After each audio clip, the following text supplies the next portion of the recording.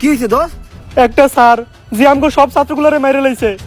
এর লেগে আমি তোরে কইছি ডেট এক্সপায়ার মাল খাইস না। টিয়ার অভাবে ভিড়ির ভিতরে ধন্যা পাতা বইরা খাস।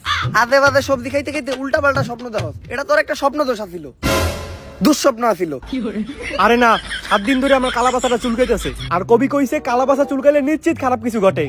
এটা কোন কবি কইছে? কবি তো আমি নিজেই। আরে বেটা, জেনে চুলকাইতেছ না মলম লাগা। দুনিয়াতে এমন কোন সারি পয়দা হয় নাই যে আমাকে ক্লাস 10 এর স্টুডেন্ট কে গায়ে হাত তুলবো।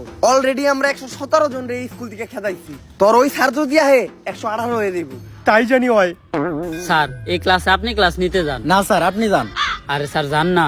আরে স্যার এখন আপনার পিরিয়ড, আপনি যান। না স্যার, আমি এই ক্লাসে ক্লাস নিতে যাবো না। কি ব্যাপার, আপনার ক্লাসে না যায় এইখান ধরে গল্প করতেছেন কেন?